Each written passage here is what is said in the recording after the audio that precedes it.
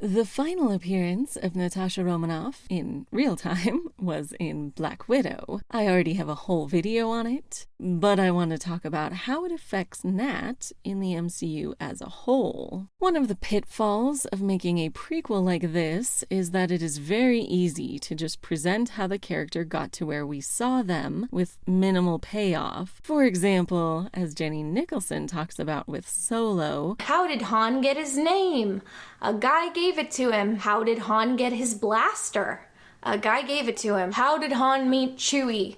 A guy gave Han to Chewie. Nothing very interesting or that lets us know much about Han as a person. Watching Solo has no impact on how you will watch scenes with Han in them from the other movies. But the Black Widow movie does not go this route. This is kind of the reason why the whole movie wasn't just her defecting to S.H.I.E.L.D. That could easily have been done without giving us any new information about Nat as a person. And while I doubt it would have been boring, it wouldn't really justify making her origin story at such a late date.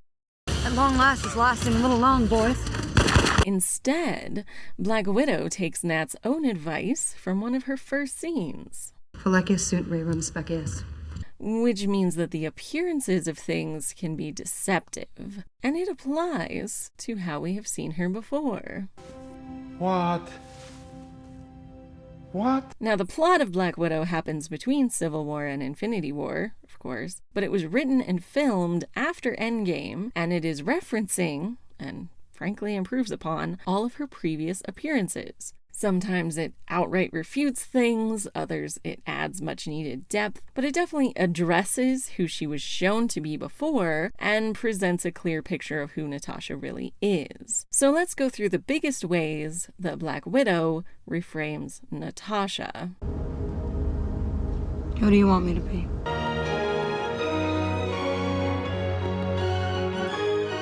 Iron Man 2 was the first time we saw Nat, and though I praised some aspects of this plot in my video about it, mainly the moments with Pepper, Black Widow makes clear that this is not who Natasha really is. The most obvious reference is, of course, it's a fighting pose. You're a total poser. I'm not a poser.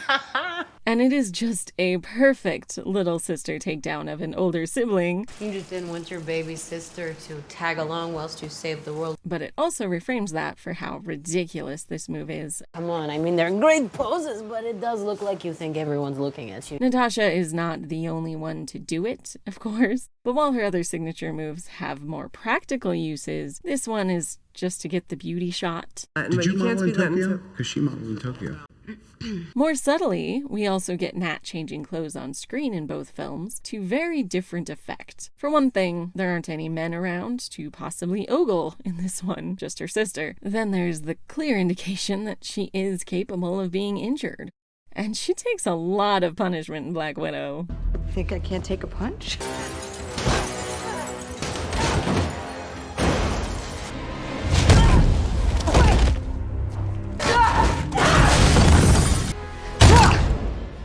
Sever the nerve. It's more than we've ever seen her do before, which, first, how can you say she hasn't had any form of super soldier serum after all of that? Because she definitely does in the comics.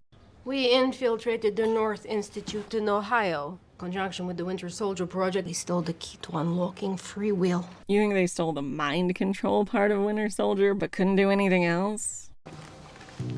And the North Institute. Second, and more relevantly here, it removes the sleek techniques she used in Iron Man 2 particularly, but also later, and presents a much more realistic fighting style. Much more like the fights in Winter Soldier, especially between Bucky and Cap.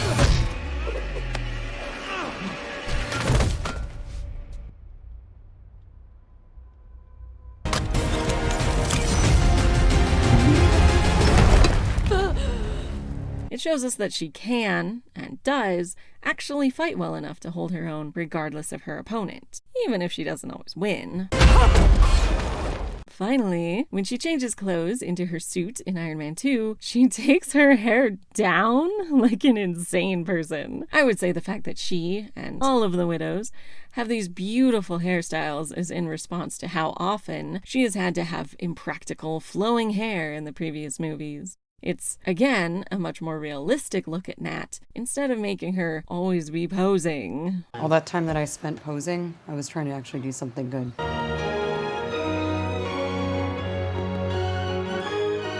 Alright, next. There are a lot of references from Avengers that get addressed in Black Widow. Is she a spy too? They start that young? The Red Room is your home now. I did. I'm going to start with this minor one, though. He calls her the famous Black Widow, and I must wonder if the emphasis is on her fame, because she's the only one who has a known identity. Well, what was I supposed to do? You're the only superhero person that I know. Black Widow shows us that Black Widows are a thing in this universe. These great men, they answer to me and my widows. And that Natasha is well known because she no longer works in the shadows. You didn't fight in the shadows. You hid in the dark. Which certainly makes for an interesting take on her early appearances. Plus, just the fact that she kept her codename of Black Widow. Agent Romanoff. Agent Romanoff? Agent Romanoff. Repeat dispatch. Black Widow's up there. Now, the whole scene with Loki is a big source of inspiration for Black Widow. Agent Barton was sent to kill me. Barton and I spent 2 days hiding out up here. She is there to ostensibly negotiate with Loki for Clint, regardless of what else happens, and our new knowledge about her past makes it more obvious that this is a ploy. You brought the monster. So, Banner. The dramatization of her ledger, I got red in my ledger. I'd like to wipe it out. we can contrast with Alexei talking about it here. Your ledgers must be dripping, just gushing red. We now know what really happened with Dreykov's daughter, and this really puts her statement that... Regimes fall every day. And... I didn't care who I used it for. Or on. Into a different light. The recontextualization of these statements bring home how this is not really how she feels. You want to tell her you're sorry? I'm sorry. Though everything here is obviously framed, so we the audience are as surprised as Loki, Black Widow gives us a look into her feelings during this scene and how she is able to harness her emotions, revealing just enough to get the man who thinks he is in control to spill everything. That's your play. What? It's a core part of her character that she does not need to physically overpower someone to get what she wants from them. This moron is giving me everything. So we have this wonderful parallel, which made me want to stand up and cheer. Thank you for your cooperation. Oh, you find this amusing? Thank you for your cooperation. There are also a few smaller references I enjoyed, such as this. It's gonna be fun. It's gonna be fun now. This was fun! Or this. We're gonna be okay. I swear on my life, I will get you out of this. You will walk away. Hey, don't move. You're hurt. Let me help you. But the last big thing from Avengers is, of course, how Budapest is reframed. Originally, this is a joke between Nat and Clint. You and I remember Budapest very differently. But Black Widow also adds some weight to it. For Natasha, who had spent most of her life in the Red Room, where it was the whole world, bringing it down has a pretty similar impact to an alien invasion. Just like Budapest all over again. Dreykov's dead. It took almost destroying the entire city just to get to him. So these moments from Avengers were pretty constant sources of speculation in the fandom for years, and getting answers is immensely satisfying, even if people seem to want a whole movie devoted to just that explanation. But we get more than just an explanation. This isn't the Kessel Run trying to explain away improperly used jargon. It's a way to show how these core moments for Natasha impact who she is as a person even years later. Can you wipe out that much red? Dreykov's daughter? You're forgetting Dreykov's daughter. Dreykov's daughter was collateral damage. Can she hear me? I know you're still in there, and I'm not gonna leave you. I'm sorry.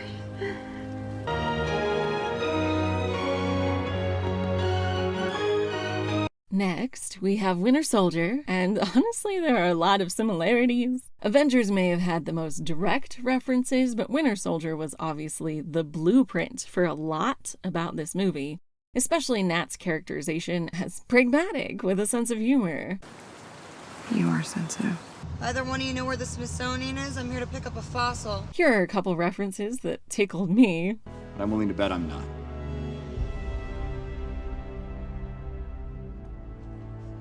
Did you write that down first? You're going to give me some big hero speech, I can feel it. Speeches aren't really my thing. Shall we play a game? I discovered you had a crush on me.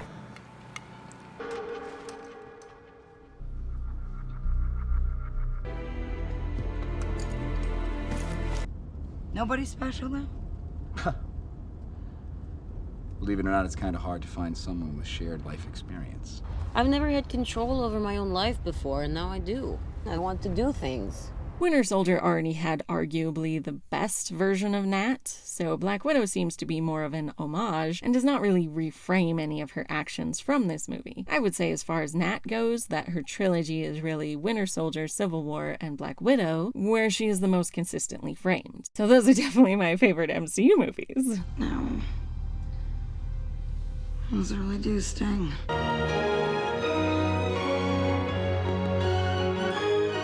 Next we have Age of Ultron, and I am a huge fan of how Black Widow treats these references, mainly because they thoroughly refute some of the worst parts of that movie. Namely, of course, how this scene framed the problem as Nat not being able to have kids.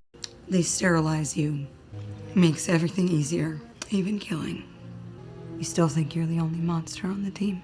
I don't get my period, dipshit. Yeah, that's what happens when the Red Room gives you an involuntary hysterectomy, and they rip out all of your reproductive organs, so you can't have babies. You don't have. While Yelena makes it clear that the problem is that their bodily autonomy was violated, that this horrible thing happened to them and their choices were taken away. Did you ever wish for kids?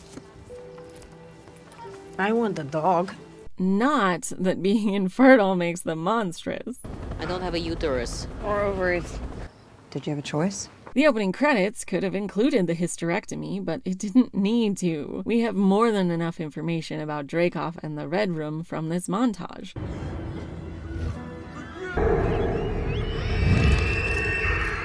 Age of Ultron references Frankenstein, something I ranted about in my video. It's alive! Alive!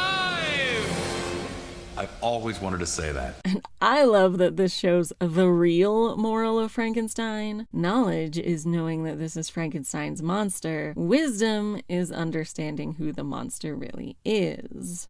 You took my choices and tried to break me. But you're never gonna do that to anybody ever again.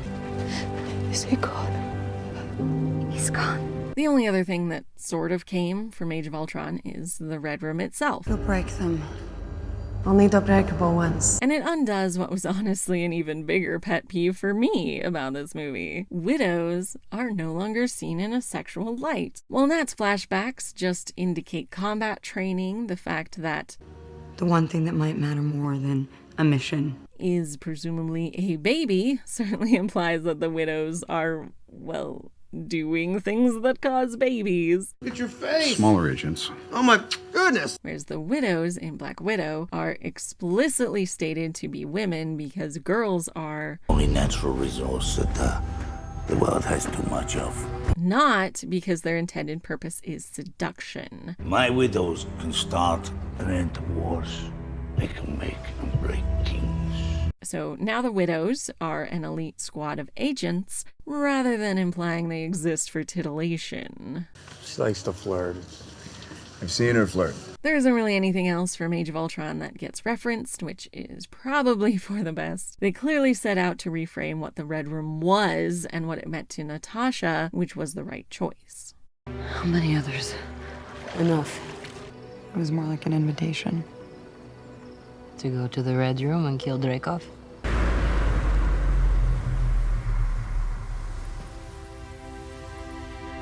You get to make your own choices now.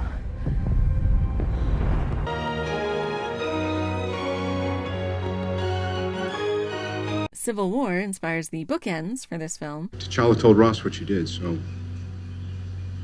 they're coming for you. Don't do this. Do what?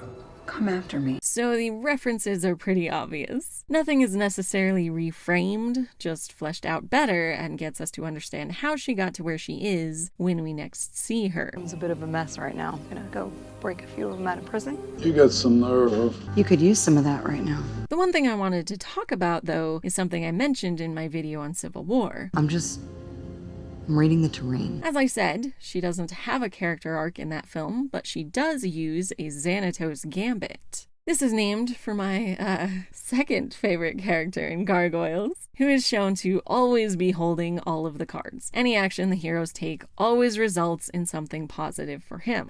A pity nothing else happened according to plan. Oh, I wouldn't say that, Owen. Natasha uses a Xanatos Gambit in Civil War, and she may not get what she actually wants, that is, the Avengers staying together. Staying together is more important than how we stay together. But you know what she does get? She gets out of the situation without signing the Accords. Trust me, I checked. I'm off to Vienna for the signing of the Accords. And she avoids being taken to the raft, like everyone else who sided with Steve. We got Barton, we got Wilson, and the other guy, the incredible shrinking convict. Even though Tony is snarky to her, he is not there to bring her in, so she doesn't actually end up fighting anyone who will hold a grudge about it. We're still friends, right? Depends on how hard you hit me. As we meet her here, Natasha Romanoff på fri fot och på römmen. She is frankly the one person who got through Civil War unscathed, or at least much less scathed than anyone else.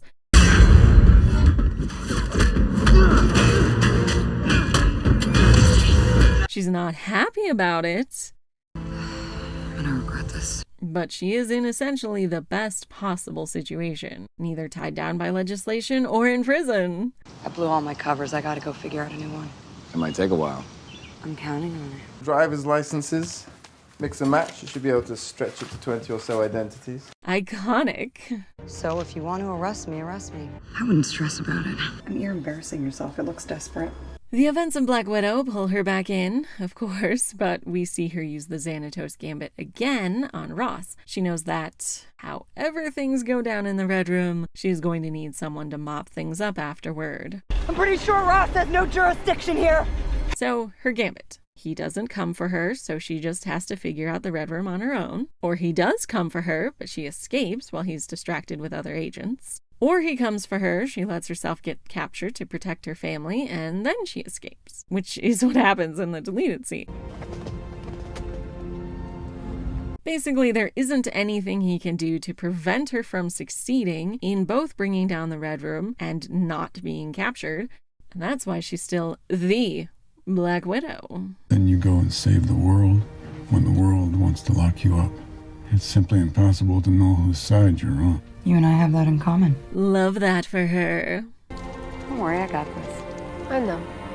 It's very fun, but we importantly also learn what led her from what would be personally devastating to confidently working with Steve and the Secret Avengers when we catch up with her again.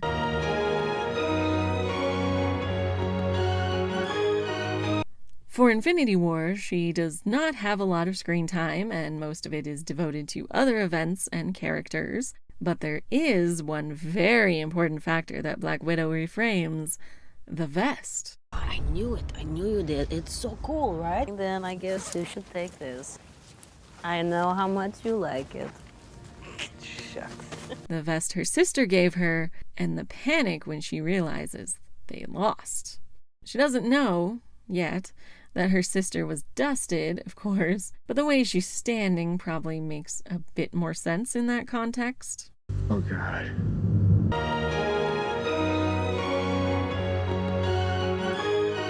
Endgame is hugely reframed because of Yelena. I need to find Natasha. Can you help me find Natasha? I need to tell her I'm okay. I still would prefer not to watch it. But now she has the solid motivation she was lacking before, for why she couldn't move on, why she still clung to being an Avenger and went after the stones with single-minded intensity. Whereas before, it's presented as sort of tragic that she's so dependent on the job after losing everything else. Do we have a visual? How are we handling it? Net. It's an earthquake under the ocean.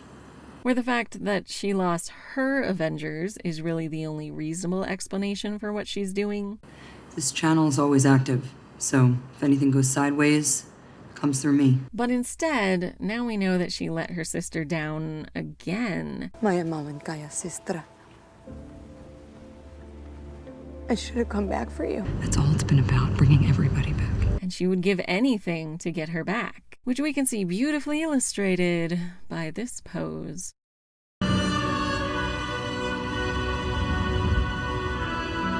Well, now I'm sad, but we also get these sweet moments, these nerve-wracking moments, and her discussion of families. And then I got this. This family. And I was better because of it. If it can work out with the four of us, you know, there may be some hope for the Avengers. A little bit. It's funny, my whole life I didn't think I had any family. Turns out I got two, so. Honestly, though, this feels very bittersweet to me because we see her interactions with her Russian family, and it's messy, but it's important. We fight with you. I'll hold them off. Natasha, fight better together. Fight. What? I want them to follow their dreams. Reach for the stars. And we see her with the Bartons, but only this scene is close with the Avengers. And I don't know if it was intentional, but Black Widow really suggests to me that whatever she called the Avengers, they were never her family. Not in the way she wanted or needed. And I'm so glad we got to see her with a family at last, but I will never get over how little this so-called family seemed to care about her. Made much worse by seeing people who do. I couldn't be more proud of you. My parents still live in Ohio. My sister moved out west. It was real to me. You are my mother. You take care of yourself, okay?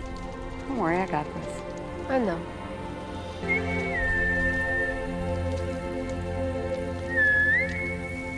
So, Black Widow, even though it is a prequel, took memorable and character-defining scenes from the previous movies and either incorporated them here or reframed them to give us a solid picture of who Natasha is. It was not just a quick look at a past we had already heard about, but instead a story that grapples with how she was represented in other films for the last decade. It also gives us a new story that combines what we've heard about her with what we were missing before her final appearances. And honestly, that's what makes it one of the best prequels ever made. What is your story? I never let myself be alone long enough to think about it. Thank you for listening to me talk again about my favorite MCU character. Next time, we're finishing this series with a look at Nat's character arc and relationships in the MCU overall. Please like, comment, subscribe, ring the bell, join my Patreon, buy me a coffee, all of those things so you don't miss it. See you then.